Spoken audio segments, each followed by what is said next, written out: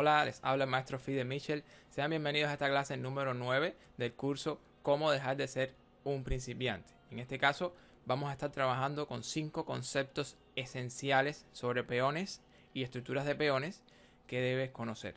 Este es un tema que, si bien no vamos a profundizar demasiado por ahora, porque no lo necesitas en profundidad, sí considero que es importante que lo conozcas, que sepas de qué va.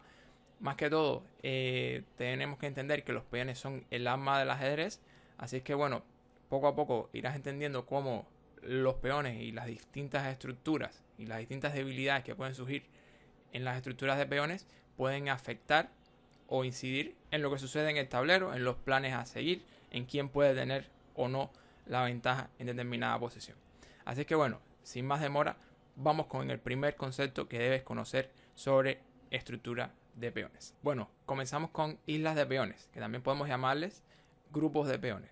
La idea con este concepto es que, bueno, son peones o grupos de peones que se encuentran desconectados del resto de los peones. Y cuando decimos desconectados, nos referimos a que hay una columna donde no tenemos peones y que, bueno, esto hace que estén desconectados entonces un grupo del resto de los peones. Vamos a verlo en un ejemplo que siempre lo aclara mucho. Esto es un grupo de peones, no tenemos peón en la columna C, por lo tanto están desconectados de los demás peones en las columnas centrales. Así que bueno, este es un grupo de peones o una isla de peones. Este también es otra isla. Y finalmente, acá en el flanco rey tenemos otra isla de peones. O sea, si analizamos la estructura de peones de las blancas, podemos ver que tienen 3 islas de peones. Si analizamos la estructura de peones de las negras, vamos a ver que tienen una isla de peones por acá, en el flanco rey, y otra isla de peones en el flanco dama. O sea, tienen 2 islas de peones. De forma general, más islas de peones significa mayor debilidad en la estructura de peones. O sea, normalmente no queremos tener muchos grupos de peones, queremos mantener nuestros peones conectados de forma que se puedan defender entre sí. Cuando los peones están conectados, no solo pueden protegerse entre sí, sino que también pueden proteger la casilla frente al peón. Esa es la ventaja que tiene tenerlos todos conectados. Así que bueno, ya sabes lo que son las islas de peones y recuerda el concepto o el principio: mientras más islas o grupos de peones tengas, más débil es tu estructura. Así que de forma general queremos tener la menor cantidad de islas de peones posibles. En el siguiente concepto vamos a estar trabajando con un tipo de peón que le llamamos peón aislado. La idea con este peón es que, bueno, está desconectado del resto de los peones. O sea, es un peón que está totalmente desvinculado, está aislado. Como pueden ver, no existen peones en las columnas D y F, que son las columnas próximas al peón. Por lo tanto, podemos decir que es un peón aislado. ¿Qué problema tiene un peón aislado? Bueno, en primer lugar, no podemos defenderlo con otros peones. Ya eso es un problema bien grande, porque imaginemos que estamos jugando un medio juego y nuestro contrario comienza a atacar a este peón.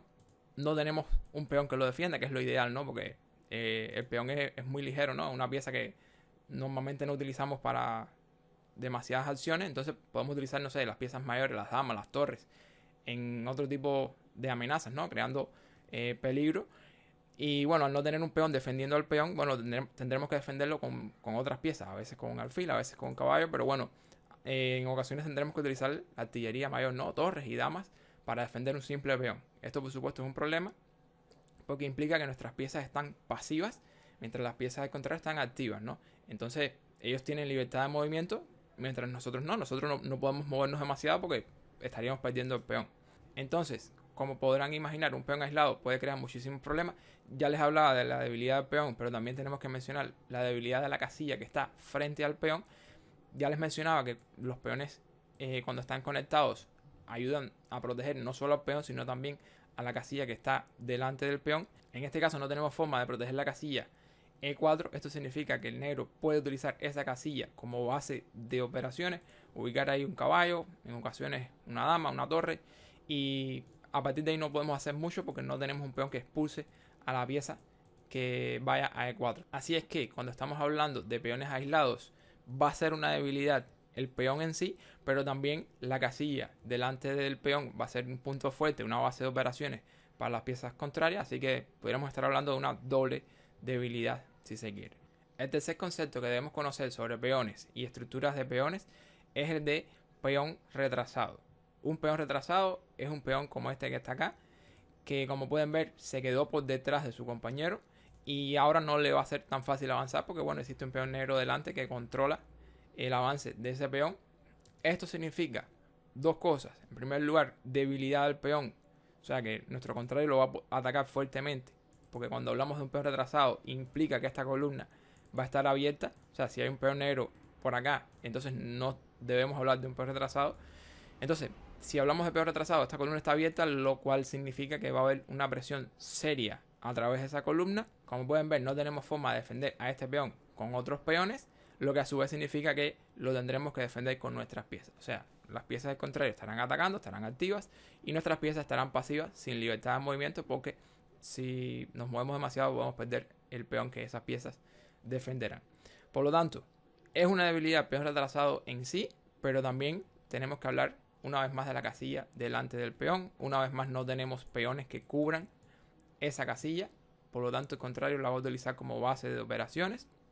Ahí van a ubicar sus piezas, ahí van a maniobrar y no podemos hacer demasiado contra esto. Por lo tanto, una vez más estamos hablando de una especie de doble debilidad. Es una debilidad el peón y es una debilidad la casilla delante del peón, que va a ser utilizada como base de operaciones por el contrario. Seguidamente vamos a hablar sobre peones doblados. En el caso de los peones doblados, yo creo que normalmente no estamos hablando tanto de una debilidad. Yo creo que el principal problema de los peones doblados es que son torpes, ¿no? O sea, peones doblados, ya podrán imaginarse, es uno frente al otro. Pudiéramos decir que este es un poco débil, ¿no? Está un poco expuesto ahí, ataque sobre todo por las diagonales, pero bueno, ya les decía, no es que sean tan débiles como por ejemplo los aislados y los retrasados, que sí es una debilidad evidente. Yo creo que el principal problema es la movilidad, ¿no? O sea, los peones tropiezan entre sí, no logran avanzar y por supuesto hace que sean torpes, ¿no? Tenemos, por ejemplo, en este caso tenemos una mayoría de peones. En el flanco dama tenemos 4 peones contra 3 peones de las negras. Y esta mayoría prácticamente no funciona. O sea, es como si fuera casi que un 3 contra 3. Porque este peón de acá no lo vamos a poder utilizar.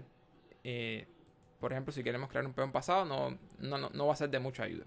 Por lo tanto, tenemos una mayoría de peones que es inútil debido a la presencia del peón doblado. Así que, insisto en esto, el peón doblado no es que sea tan débil propiamente, como que es muy torpe, sobre todo a la hora de crear peones pasados, va a ser un problema. Quiero hablar un poco sobre esta estructura de peones que tenemos acá en el flanco rey. Aquí también estamos hablando de peones doblados, pero bueno, aquí sí existen problemas serios. ¿Qué pasa? Que no solo son peones doblados, aquí también estamos hablando de peones aislados a la misma vez. También se queda aislado de la columna H. Así que esto sí es una estructura bastante defectuosa y bastante débil propiamente. Quería mencionarla porque es una estructura que surge muchísimo en las partidas. O sea, es una estructura muy común, pero bueno, aquí sí tenemos que hablar de una debilidad, pero bueno, sin olvidar que no estamos hablando solo de peones doblados, también a la misma vez son aislados. Los 3 son peones aislados.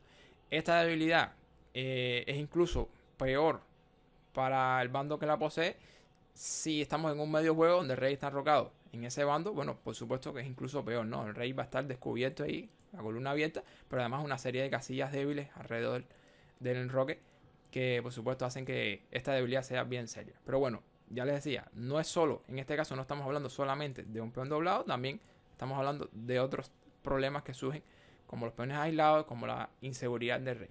Finalmente, el quinto concepto sobre peones y estructura de peones que quería mencionar en esta clase es el de cadena de peones. Una cadena de peones es esto que tenemos acá, o sea, una serie de peones que se encuentran vinculados, se encuentran conectados y como pueden ver, pudiéramos decir que esta es la base y a partir de ahí se protegen todos entre sí. Las cadenas de peones en general podemos decir que son buenas, por eso mismo, porque los peones están firmemente protegidos. Pero bueno, también tenemos que entender un poco cómo es el juego cuando tenemos una cadena de peones. Por ejemplo, casi siempre decimos que hacia donde apunta la cadena de peones vamos a tener una ventaja de espacio y en ese sector del tablero es donde tenemos que jugar. O sea, en una posición normal, por ejemplo, esta estructura surge mucho en la defensa francesa, variante del avance, surgen posiciones similares a esta que tenemos ahora mismo en el tablero. Cuando esto sucede, tiene muchísimo sentido, por ejemplo, un rompimiento en el flanco rey por F5, teniendo en cuenta este análisis, hacia dónde apunta la cadena de peones y en dónde tenemos más espacio, en ese sector del tablero es donde deberíamos jugar. Entonces, bueno, eso creo que es importante entenderlo cuando estamos hablando de cadenas de peones. También tenemos que entender que nuestro contrario va a luchar contra esa cadena de peones en la mayoría de los casos. Por ejemplo, cuando analizamos esta estructura, vamos a ver que el negro pudiera tener rompimientos por F6 y también por B4, y que por supuesto ellos van a tratar de realizar esos rompimientos para desconectar nuestra cadena y a partir de ahí crear eslabones débiles que puedan ser atacables. Así es que hay que tener muy en cuenta estos análisis. También podemos ver que el negro tiene una cadena de peones. En este caso vemos que apunta hacia el flanco dama, tiene más espacio en ese sector, así que tiene muchísimo sentido el rompimiento, tratando de expandirse un poco en ese sector del tablero. Al mismo tiempo, un rompimiento por B3 tratando de luchar contra esta cadena de peones pudiera ser temático en situaciones como estas. Si te ha quedado alguna duda, déjame saber en los comentarios, suscríbete, dale like, grande el abrazo y nos vemos en el próximo video.